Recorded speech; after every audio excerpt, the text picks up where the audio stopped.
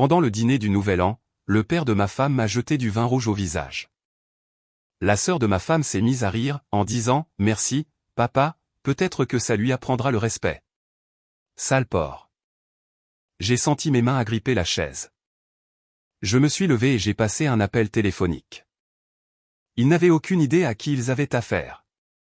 Le verre à vin en cristal s'est brisé contre le parquet, le liquide rouge se répandant sur le chêne comme le sang d'une blessure fraîche. Mais ce n'était pas cela qui s'était brisé. C'était le vin qui avait été sur mon visage 3 secondes plus tôt, dégoulinant de mes cheveux, tachant ma chemise blanche, me brûlant les yeux. Le père de ma femme, Richard Dubois, se tenait au bout de sa table de salle à manger avec un verre vide à la main et un mépris pur dans les yeux. La sœur cadette de ma femme, Camille, riait si fort qu'elle a dû s'agripper au bord de la table pour se soutenir. « Merci, papa », réussit à dire Camille entre deux hoquets. Peut-être que ça lui apprendra le respect. Sale porc. J'ai senti mes mains agripper la chaise sous moi. Toute la famille Dubois regardait. Ma femme, Sophie, était assise, figée, à côté de moi, son visage indéchiffrable. Sa mère, Patricia, avait la main sur la bouche, mais je ne pouvais dire si c'était par choc ou par amusement réprimé. Son frère, Thomas, fixait son assiette comme s'il voulait disparaître. Et Richard, il était toujours là, debout, le torse bombé comme s'il venait d'accomplir un acte héroïque. Je me suis levé lentement. La pièce est devenue silencieuse, à l'exception des rires déclinants de Camille. J'ai mis la main dans ma poche et j'ai sorti mon téléphone. Mes doigts étaient stables malgré la rage qui parcourait mes veines. J'ai fait défiler jusqu'à un contact que je n'aurais jamais pensé utiliser lors d'un dîner de famille et j'ai appuyé sur appeler. « Maître Durand », ai-je dit lorsque la ligne a été établie. « Il est temps. Exécutez tout ce dont nous avons discuté. » J'ai raccroché. La pièce était maintenant d'un silence de mort. Même Camille avait cessé de rire. Ils n'avaient aucune idée à qui ils avaient affaire. Ils n'avaient aucune idée de ce que j'avais bâti, de ce que je contrôlais, ou de ce que j'étais sur le point de leur enlever. Mais ils allaient bientôt le découvrir. Mon nom est Léo Martin. J'ai 42 ans, et jusqu'à ce dîner du réveillon du Nouvel An, la plupart des gens m'auraient décrit comme un homme calme et sans prétention qui travaillait dans la finance. Ce qu'ils ne savaient pas, c'est que calme ne signifie pas faible et que sans prétention ne signifie pas impuissant. J'avais passé les 15 dernières années à construire quelque chose de plus grand que ce que la famille Dubois pouvait imaginer. Et j'avais passé les 6 derniers mois à me préparer pour ce moment précis. Si vous appréciez cette histoire et que vous voulez savoir comment tout se déroule, assurez-vous de cliquer sur le bouton d'abonnement dès maintenant. Laissez un commentaire ci-dessous en me disant ce que vous auriez fait dans cette situation. Et explosez ce bouton « J'aime » parce que cette histoire est sur le point de devenir absolument folle. Croyez-moi, vous ne voulez pas manquer ce qui va suivre. Les Dubois ne m'avaient jamais respecté.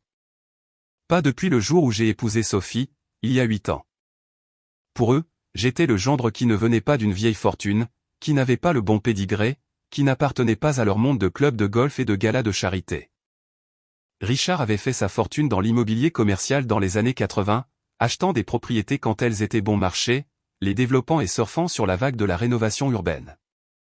Il se considérait comme un homme qui s'était fait tout seul, ce qui rendait son dédain pour moi particulièrement ironique.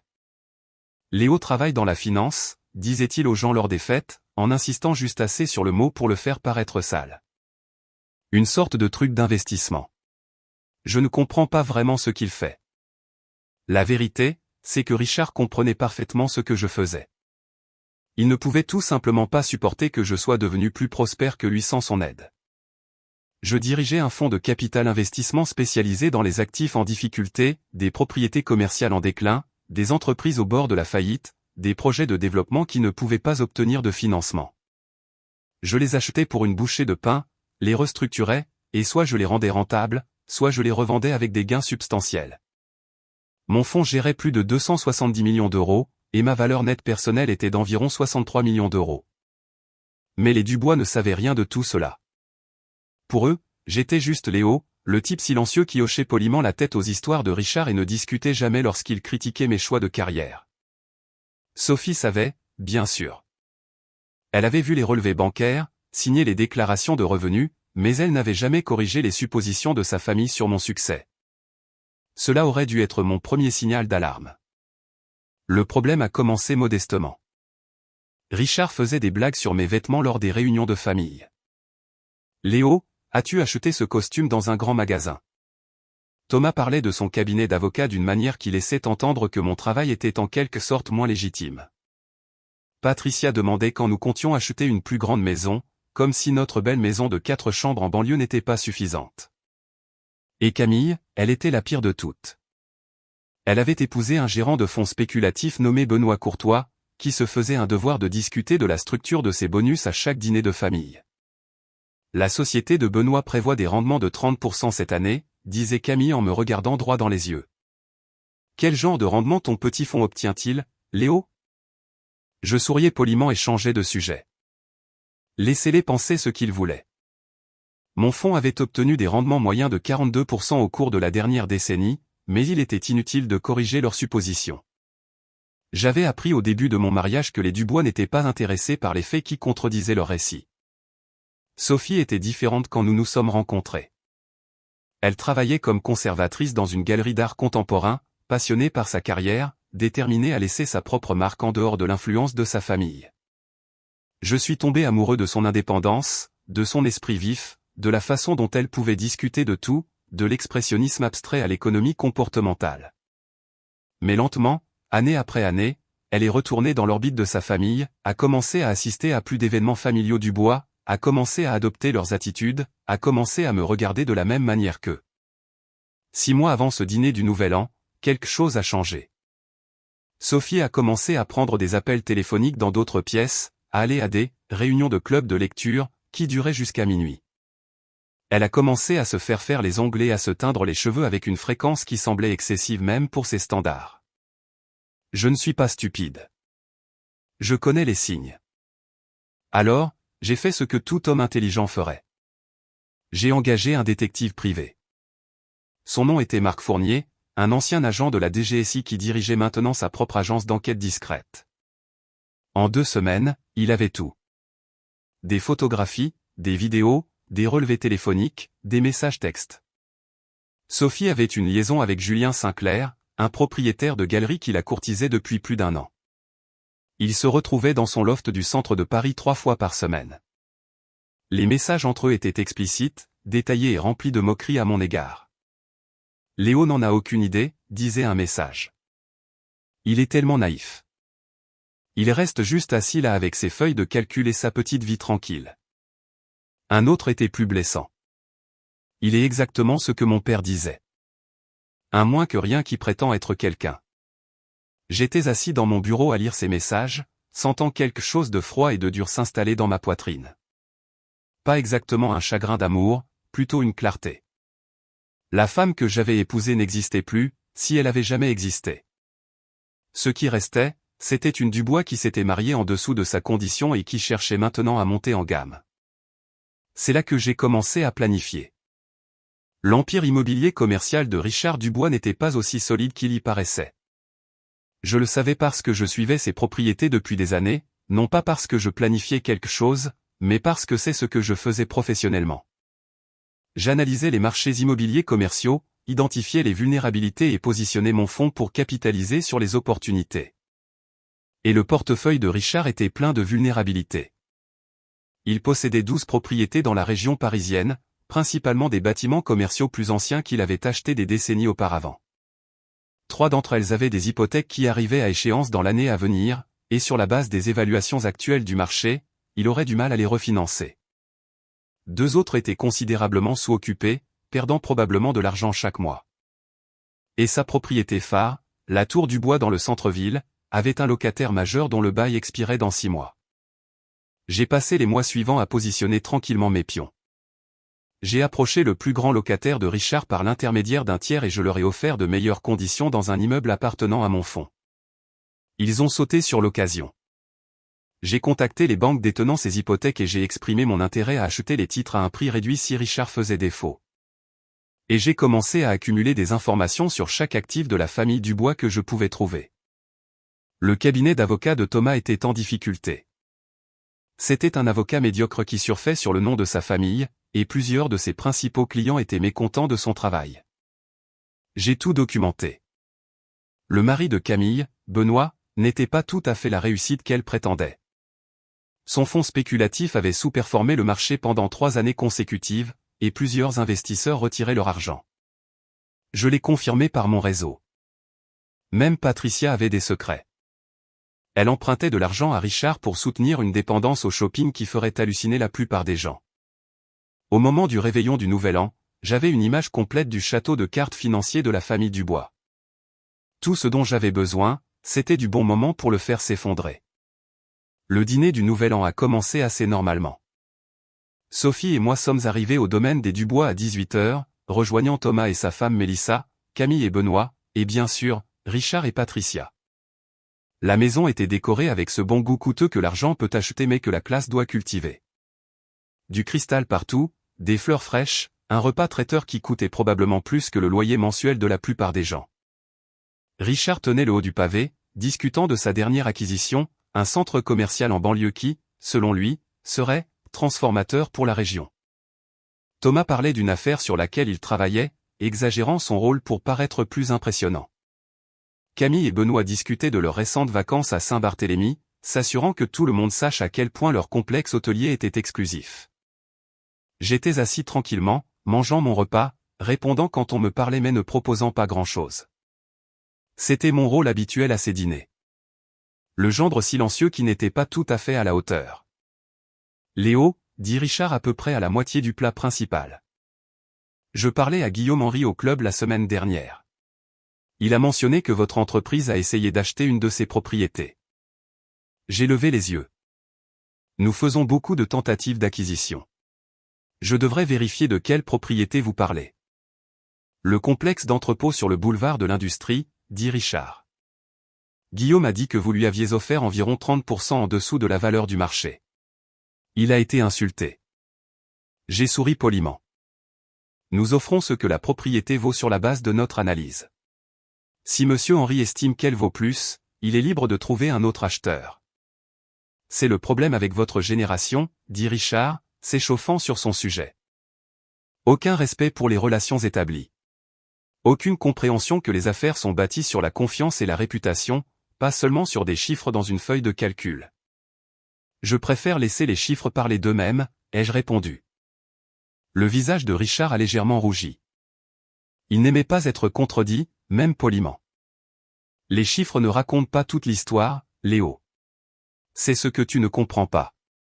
Guillaume Henry et moi faisons des affaires depuis 30 ans. Il y a une valeur dans cette relation que tes feuilles de calcul ne peuvent pas quantifier. J'aurais pu lui dire que Guillaume Henry avait 3 mois de retard sur ses paiements hypothécaires et serait probablement forcé de vendre dans l'année, probablement à moi à un prix encore plus bas que celui que j'avais initialement offert, mais je ne l'ai pas fait. J'ai juste hoché la tête et suis retourné à mon repas. C'est alors que Camille est intervenue. Léo ne comprend tout simplement pas comment fonctionnent les vraies affaires, dit-elle. Benoît dit que les fonds d'investissement comme le sien ne sont fondamentalement que des vautours qui picorent des carcasses. Benoît s'est agité, mal à l'aise. Il n'avait jamais rien dit de tel, du moins pas en ma présence. Mais Camille aimait lui mettre des mots dans la bouche pour se mettre en valeur. Les fonds d'investissement jouent un rôle important sur le marché, ai-je dit calmement. Nous fournissons des liquidités et des capitaux aux entreprises qui en ont besoin. Vous fournissez de l'exploitation, dit Camille, enhardie par le vin qu'elle avait bu. Vous achetez des choses à bas prix à des gens désespérés et les vendez pour un profit. Ce ne sont pas des affaires. C'est du vol. J'ai senti la main de Sophie sur mon bras, un avertissement pour que je laisse tomber. Je l'ai regardé, j'ai vu l'expression familière qui signifiait « ne fais pas de vagues ». N'embarrasse pas la famille. Je me suis demandé si Julien Sinclair avait déjà eu droit à ce regard, ou si elle le réservait juste pour moi. Je pense que nous devrions changer de sujet, dit Sophie doucement. Mais Richard n'avait pas fini. Non, parlons-en, dit-il. Je veux comprendre la philosophie d'entreprise de Léo. Aide-moi à comprendre comment l'achat de propriétés en difficulté à des prix de liquidation est autre chose que de profiter des malheurs des gens. J'ai posé ma fourchette avec précaution. Préféreriez-vous que ces propriétés restent vides? Préféreriez-vous que ces entreprises déclarent faillite et licencient tous leurs employés? Parce que c'est l'alternative. J'achète des actifs qui échouent et je les transforme en quelque chose de productif.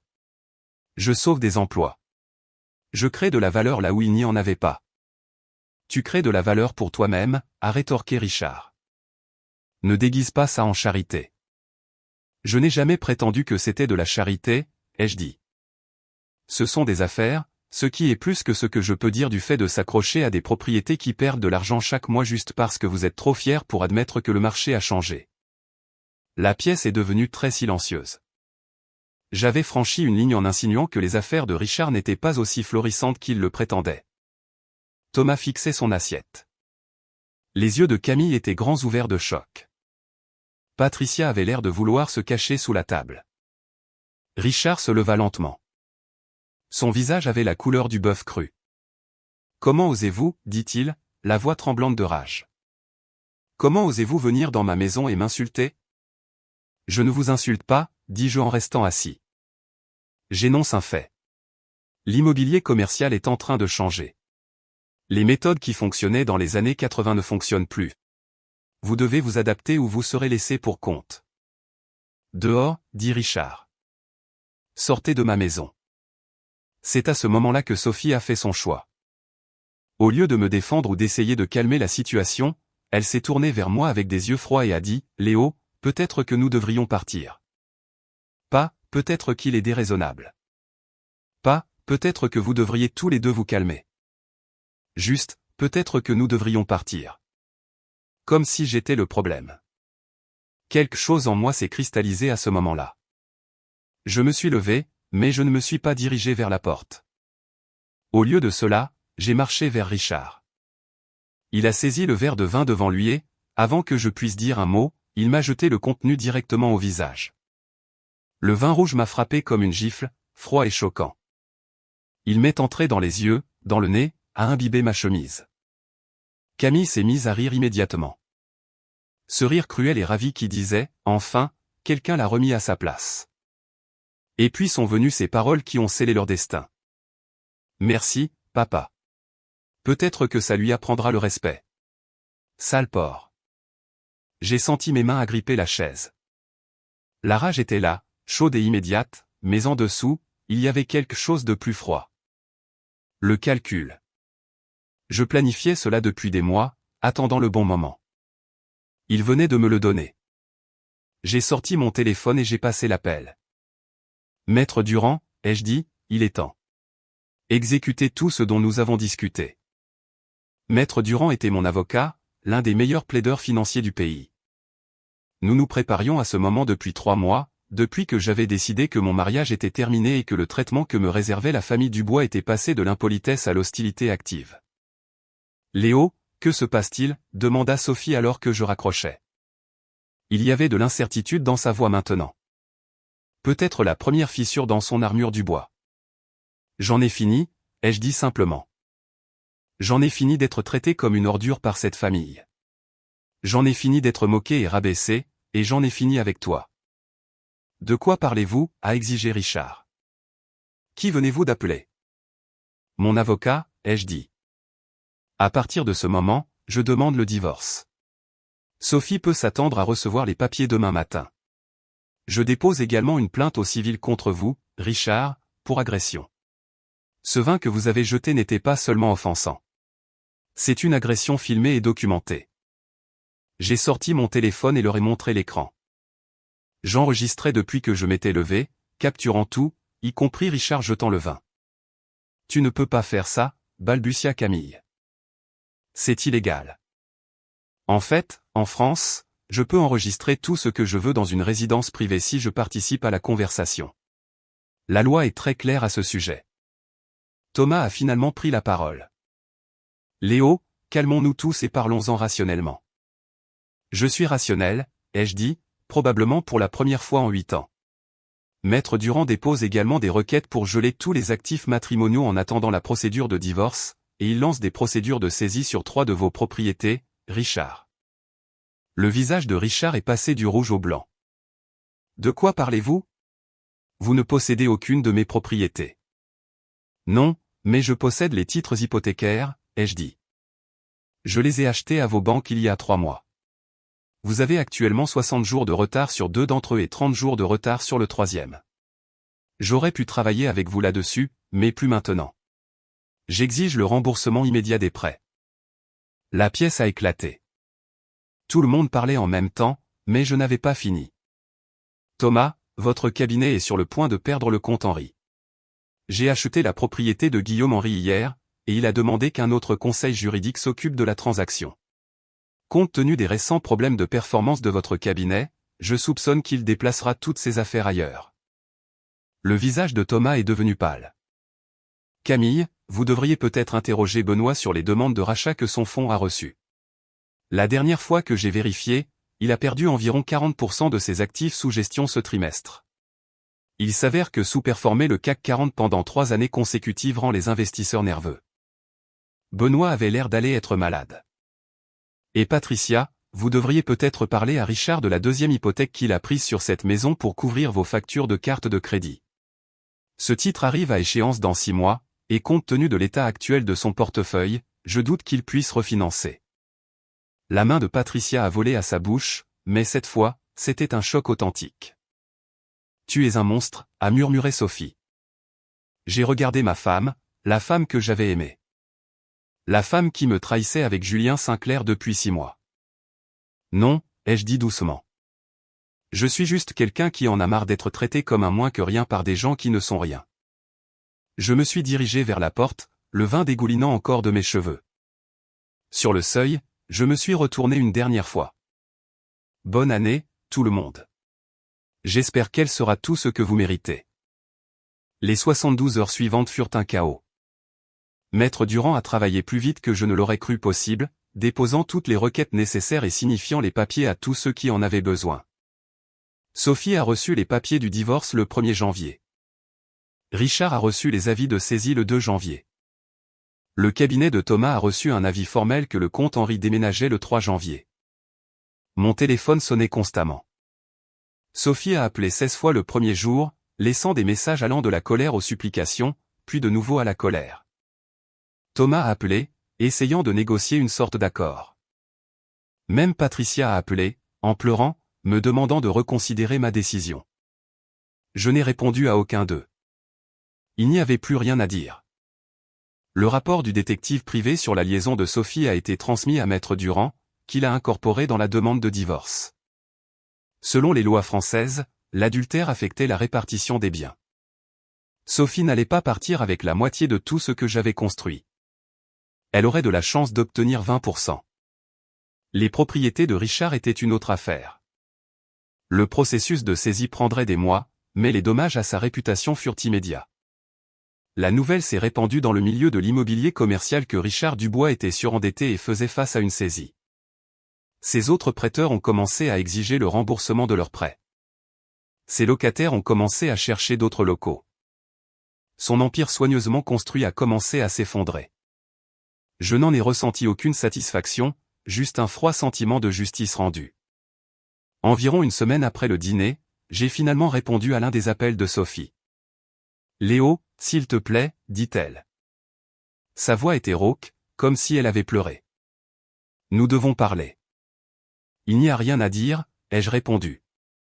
Tu es en train de détruire ma famille. Non, Sophie, je tiens ta famille responsable pour des années à me traiter comme une ordure. Il y a une différence. Mon père a fait une erreur. Il était ivre. Il ne le pensait pas. Ton père fait des erreurs depuis 8 ans, ai-je dit.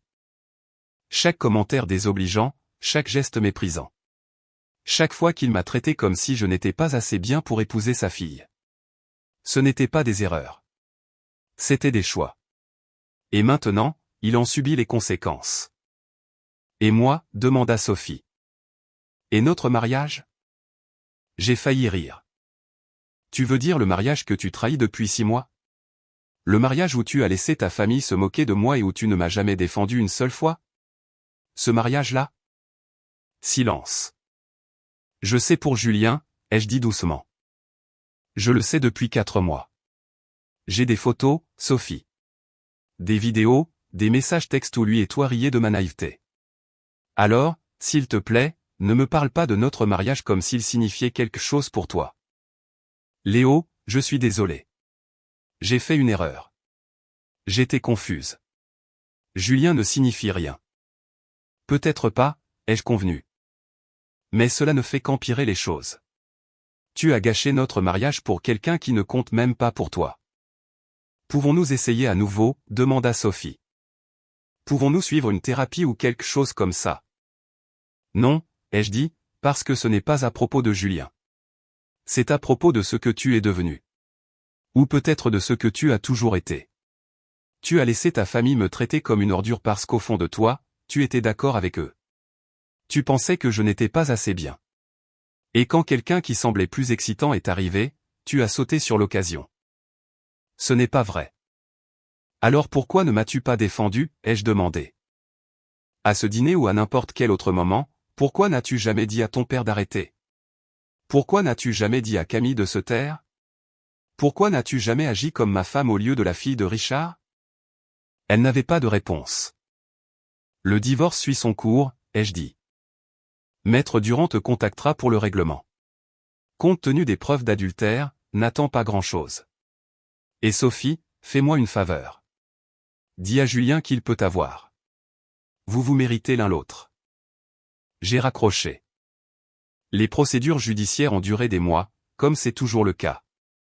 Richard a contesté les saisies, mais la loi était de mon côté. Il avait signé les hypothèques. Il avait manqué les paiements. Le fait qu'il ne savait pas que c'était moi qui détenais les titres ne changeait rien à ses obligations légales. Sa propriété phare, la Tour du Bois, a été la première à partir. J'ai procédé à la saisie et je l'ai immédiatement vendue à une société de développement pour un profit substantiel. L'ironie, c'est que l'acheteur prévoyait de la rénover et de la moderniser, exactement ce que Richard aurait dû faire il y a des années au lieu de la laisser se détériorer pendant qu'il percevait les loyers de locataires de plus en plus désespérés. Les 2 autres propriétés ont suivi dans les 3 mois. Richard a essayé de déclarer faillite, mais ses avocats lui ont dit que cela ne l'aiderait pas. Les dettes étaient garanties par des biens immobiliers. La faillite pourrait retarder les choses, mais le résultat serait le même. Le cabinet d'avocats de Thomas a réussi à survivre, de justesse. La perte du comte Henri a fait mal, mais ils avaient d'autres clients. Thomas lui-même m'a envoyé un courriel pour s'excuser de son rôle dans le traitement que sa famille m'avait réservé. Je n'ai pas répondu. Ces excuses arrivaient 8 ans trop tard et étaient entièrement motivées par son intérêt personnel. Camille et Benoît avaient leurs propres problèmes. Le fonds spéculatif de Benoît s'est effondré après une série de mauvais investissements et de rachats de clients. Il a fini par prendre un poste d'analyste financier dans une autre entreprise, gagnant une fraction de ce qu'il gagnait auparavant. Camille a divorcé 6 mois plus tard. Apparemment, un homme qui ne pouvait pas maintenir son style de vie ne valait pas la peine d'être gardé. Les valeurs de la famille Dubois à l'œuvre.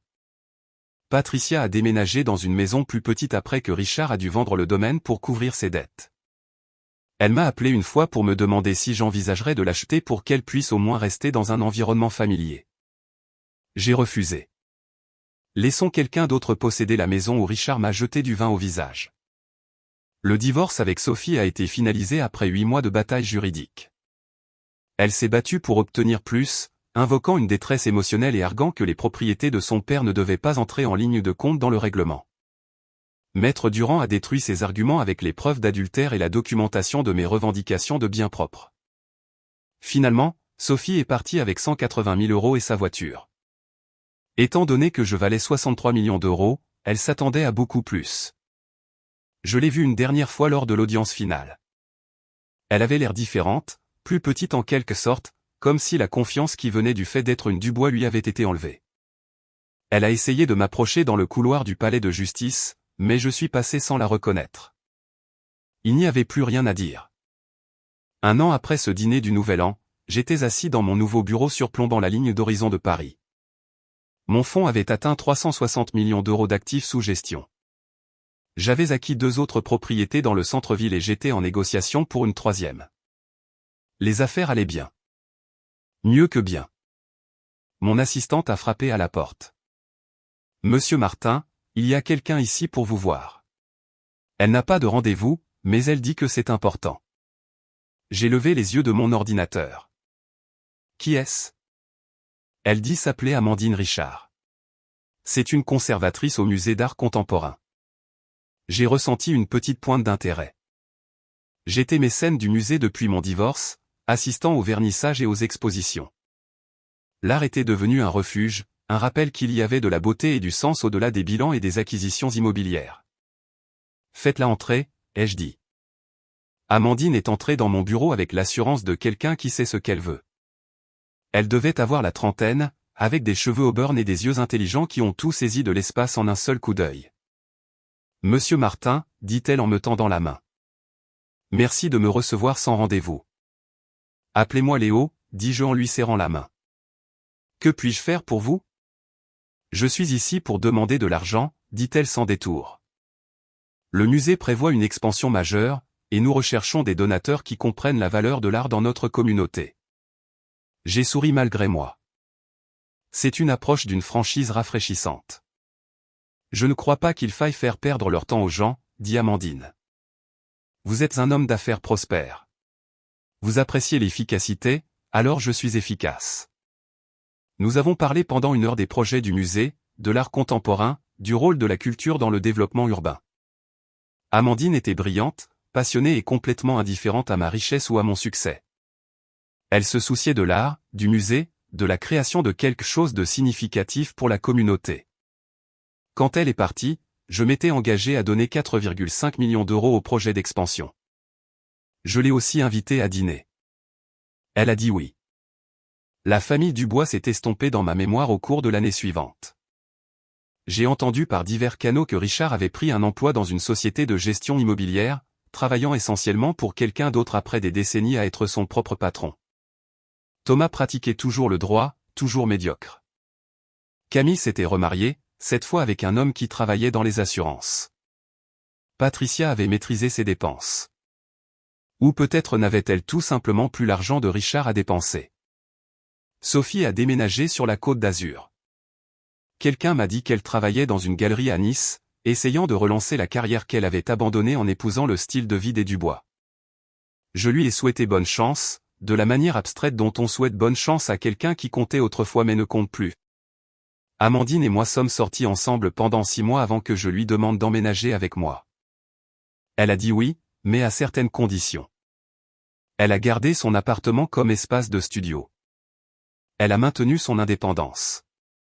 Elle a clairement indiqué qu'elle était avec moi parce qu'elle le voulait, pas parce qu'elle avait besoin de quoi que ce soit de ma part. C'était exactement ce dont j'avais besoin. Le soir du Nouvel An, exactement 2 ans après que Richard m'a jeté du vin au visage, Amandine et moi avons organisé un dîner dans mon appartement terrasse. La liste des invités comprenait Maître Durand et sa femme, Marc Fournier et son partenaire, plusieurs collègues de mon fonds, et une poignée d'amis d'Amandine du monde de l'art. À minuit, alors que le champagne coulait à flots et que tout le monde célébrait, Amandine m'a pris à part sur le balcon. « Tu sais ce que j'aime chez toi ?» demanda-t-elle. « Mon physique dévastateur et mon charme » ai-je suggéré. Elle a ri. « Non. » Enfin, si, mais ce n'est pas ce que j'allais dire. J'aime que tu connaisses ta propre valeur. Tu n'as besoin de personne pour te valider. Tu n'as besoin de personne pour te dire que tu as du succès, que tu es intelligent ou que tu as de la valeur. Tu le es, tout simplement. Je l'ai serré contre moi, regardant les lumières de la ville s'étendre sous nous. J'ai dû l'apprendre à la dure. Les meilleures leçons le sont généralement, dit Amandine. Nous sommes restés là, dans l'air froid de janvier, écoutant les sons de la célébration à l'intérieur, et j'ai réalisé quelque chose d'important. La famille Dubois avait pensé m'apprendre une leçon en me traitant comme si je n'étais pas assez bien. Ce qu'ils m'avaient réellement appris, c'est qu'être assez bien pour les mauvaises personnes ne signifie rien. J'avais bâti mon succès selon mes propres termes. J'avais quitté des gens qui ne me valorisaient pas. Et j'avais trouvé quelqu'un qui m'aimait, non pas malgré qui j'étais, mais à cause de cela. Ce vin au visage avait été le réveil dont j'avais besoin. Non pas pour prouver quoi que ce soit aux Dubois, mais pour me prouver quelque chose à moi-même, que je méritais mieux, que je valais plus que ce qu'ils m'avaient jamais accordé. Et alors qu'Amandine et moi retournions à l'intérieur pour rejoindre nos amis, j'ai réalisé que la meilleure vengeance n'était pas de détruire la famille Dubois. La meilleure vengeance était de construire une vie si belle qu'ils ne pourraient même pas l'effleurer. Richard Dubois m'avait jeté du vin au visage, pensant me remettre à ma place. Ce qu'il avait réellement fait, c'était de